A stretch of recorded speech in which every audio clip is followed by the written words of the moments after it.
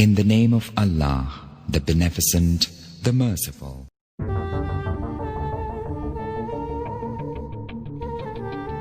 Now it is up to Congress to confront this egregious assault on our democracy. And after this, we're going to walk down, and I'll be there with you. We're going to walk down. We're going to walk down anyone you want, but I think right here, we're going to walk down to the Capitol. And we're going to cheer on our brave senators and congressmen and women. And we're probably not going to be cheering so much for some of them. Because you'll never take back our country with weakness. You have to show strength, and you have to be strong. Images unlike anything seen in the United States in recent memory. Thousands of Donald Trump supporters storming Capitol Hill and disrupting the peaceful transfer of power that has long defined American democracy. Images captured of the events showed Trump supporters breaching security outside and inside the building. The joint session aimed at certifying Joe Biden's victory was swiftly suspended as lawmakers, some wearing gas masks, were rushed to secure locations. One photo showed several security guards with their guns drawn as another group of rioters attempted to break down the doors of the House chamber. In the chaos, a woman was shot. She later died in hospital. After originally just tweeting to encourage his supporters to remain peaceful, Donald Trump recorded a statement, both continuing to reject the results of the presidential election and asking his supporters to disperse. This was a fraudulent election. But we can't play into the hands of these people. We have to have peace. So go home. We love you. You're very special. I know how you feel. Go home and go home in peace. President-elect Joe Biden, for his part, decried an unprecedented assault on American democracy. What we're seeing are a small number of extremists dedicated to lawlessness. This is not dissent. It's disorder. It's chaos. Orders on sedition. And it must end. As law enforcement officers scrambled to get a grip on the situation, Washington, D.C.'s National Guard force was deployed to clear the rioters. The FBI and police units from the neighboring states of Maryland and Virginia were also sent to help. At the end of an unprecedented day, it was the start of a long night as lawmakers finally resumed their session on Capitol Hill, eager to get on with what they had begun hours earlier. The hottest years ever, and it brought to an end the warmest decade ever recorded. That's the verdict of scientists from 5 leading agencies around the world. The UN said the findings showed the planet was on course for a catastrophic rise in temperatures this century. Here's our science editor, David Shulman. A desperate rescue in Indonesia after torrential rain triggered landslides earlier this week. And scientists say that even heavier downpours are likely in future as the world gets warmer. Wow. In some countries, hotter, drier conditions are on the cards. The wildfires that struck Australia last year are nothing new in themselves, but the more human activity releases the gases heating the atmosphere, the greater the risks of more violent conditions. And although the pandemic lockdowns have reduced traffic, they haven't made much difference to the carbon dioxide that keeps being added to the air. Year on year, we're increasing the amount of carbon dioxide in the atmosphere. And notwithstanding the pandemic, we still increased the carbon dioxide levels in the atmosphere by over 2 parts per million last year. And as long as that continues to happen, we are putting our foot on the accelerator of climate warming. Over the past 170 years, the average global temperature has been monitored by teams in Britain, America and other countries. And although it's varied year by year, the recent trend has been really dramatic as the planet has heated up.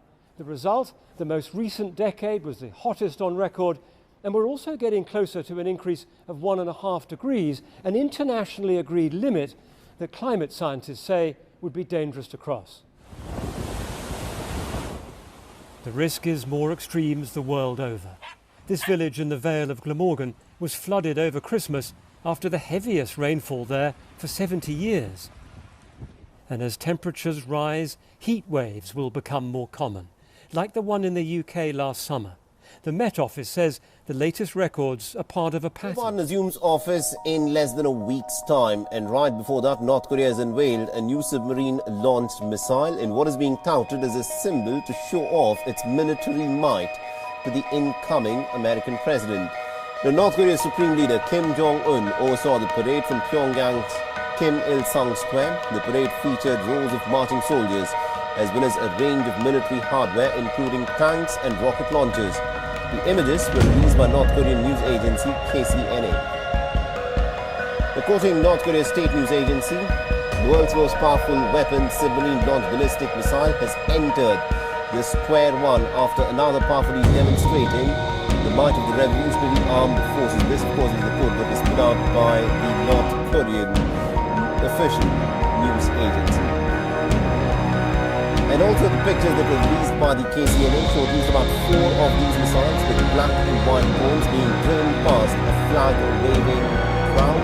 And experts suggest that all of these are new, unseen weapons that North Korea is unveiling for the very first time just ahead of Joe Biden's inauguration. Remember, North Korea had also test-fired several SLBMs from underwater, that is submarine-launched ballistic missiles, and analysts say that the North is actually seeking to develop an operational submarine to carry the missiles. Now, the parade comes shortly after the 5-year Congress of the ruling Workers' Party. Last week at the same meeting, North Korea's Supreme Leader Kim Jong-un has described the United States as his country's biggest and principal enemy. The analysts say that the North is using the Congress to send the incoming President of the United States a pretty strong message and also a show of strength in an attempt to extract any kind of concern. Reimposing a full lockdown on Kuala Lumpur and 5 states to curb a third wave of COVID-19. The 2-week lockdown begins on Wednesday. Interstate travel will also be banned nationwide. Stay at home. Prime Minister Muhyiddin Yassin says that at the current rate of infection, daily cases could rise to around 5,000 in months. Now, he warns that the healthcare system is at breaking point. Several major hospitals are already nearing maximum capacity. The situation today is indeed very alarming. Our healthcare system is under tremendous pressure now than at any other time since the start of the pandemic. And I've said before, unprecedented situations call for unprecedented measures.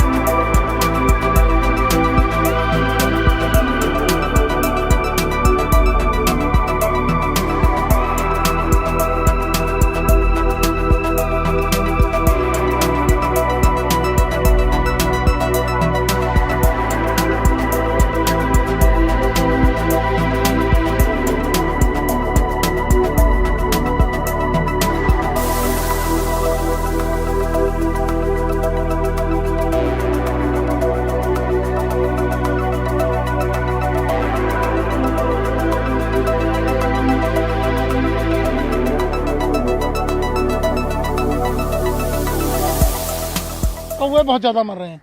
आज भी 15, 16, 20 का lump sum कौवा आज भी मर गया। इस park में जो A2 का सेंट्रल पार्क है, इसको हम मॉर्निंग वॉक के लिए भी नहीं खोलते हैं। इसमें हमारा हॉर्टिकल्चर का सामान है, नर्सरी वगैरह है, ये चीज़ है, इसलिए इसमें कोई बाहर का आदमी घूमने नहीं आता। मगर क्षेत्र के सारे कौवे इसमें रहते हैं। इस पार्क का नाम जो है वो कौवा पार्क के नाम से प्रसिद्ध है। और ये 3-4 दिन से इतना कौवा है कि 100 के लमसम कौवे। China says experts from the World Health Organization are due in the country this week to investigate the origins of the coronavirus pandemic. That's as a fresh outbreak of the virus spreads near the capital, Beijing. Authorities have put several cities under a strict lockdown, but dozens more people have tested positive. Shuawawang, near Beijing, is a ghost town. Public transport is shut, and martial law has been declared in this city of 11 million residents. The lockdown came as a surprise to many. We haven't been allowed to go to work for the last few days, nor have we been allowed out. We had to wait 3 days to do a second coronavirus test. Children haven't been allowed to go to school. We have to wait to do more tests. We don't know what the schools are going to do either. Fear of another outbreak is gripping China. The authorities are trying to implement measures quickly to prevent these local cases from spreading. Streets are being disinfected. More than 20 new infections have been reported per day. The millions of people confined to their homes have been told to stay there for at least 10 days and avoid leaving. Loudspeakers tell residents that health workers will carry out coronavirus tests in their homes. Residents are allowed to venture out to buy food. Many have been stocking up on basics like rice and eggs. Coronavirus tests have been carried out en masse this week. Special labs have been set up too. Chinese state television reports say infection numbers are expected to drop.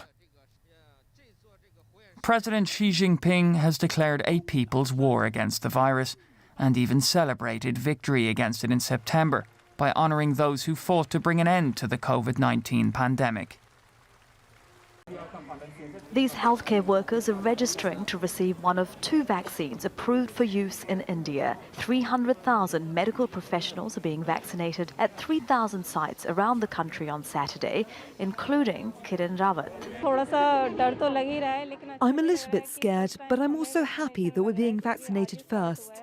I've been named as one of the first, so I'm happy about it, and I want everyone to get vaccinated so we can end COVID.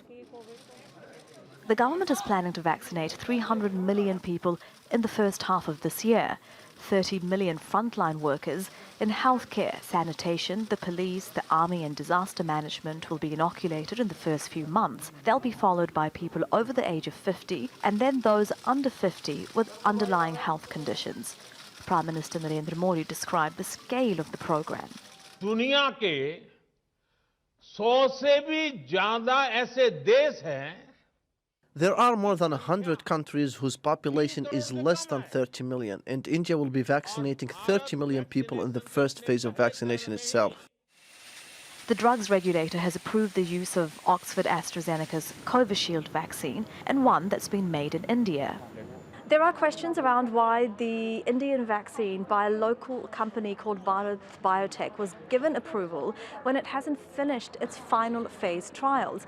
The government has said that it will be administered under clinical trial conditions, but independent health experts say there's not a lot of information about what that means.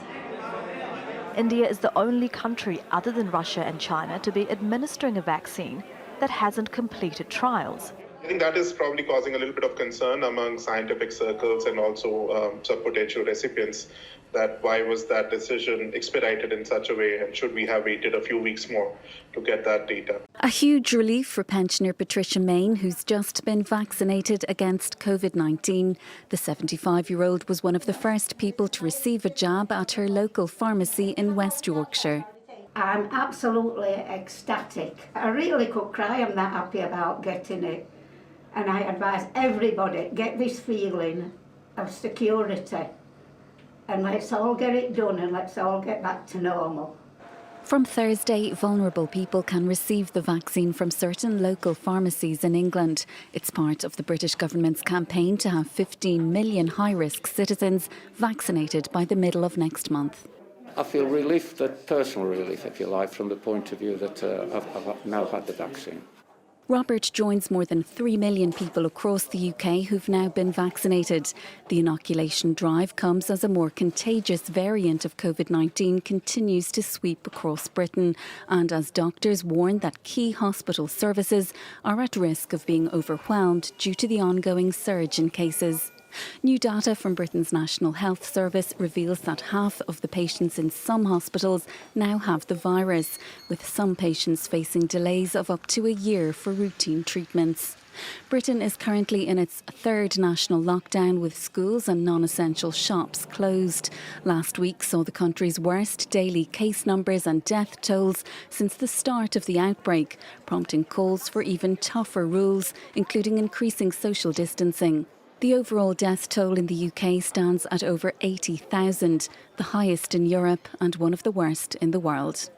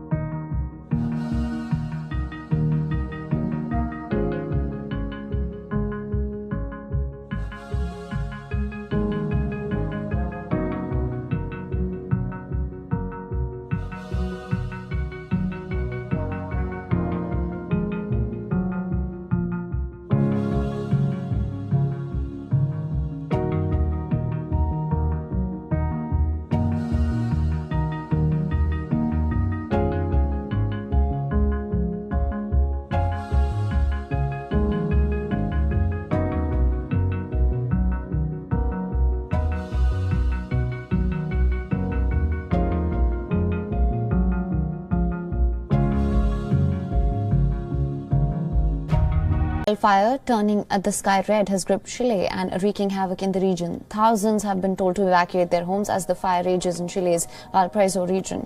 Local government officials they believe that the wildfires were started deliberately, although the reason still remains unknown. The authorities stated that the evacuation instruction of the 25,000 people who live south of the trunk has been maintained, and the population has been called to abide by the instructions of the emergency teams. They have been instructed to not return to the area until it is safe for them. This is hundreds of firefighters are still battling to douse the fire and carry out rescue operations.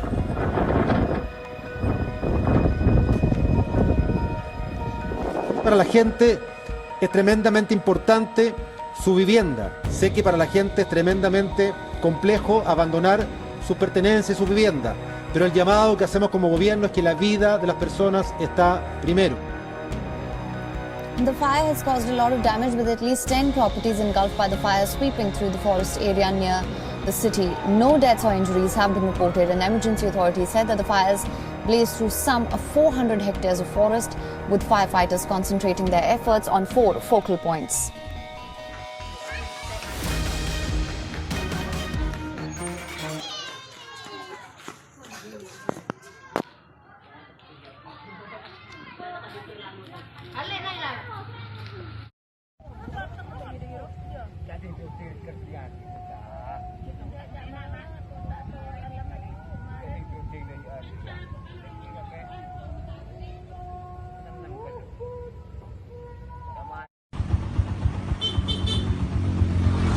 Lafa ni musulmane jo.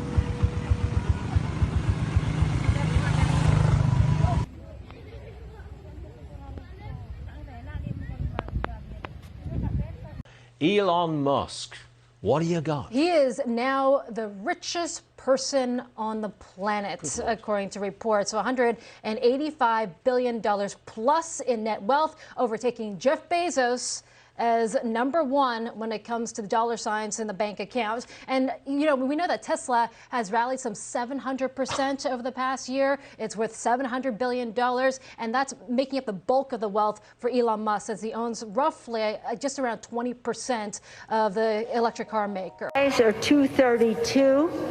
The nays are 197.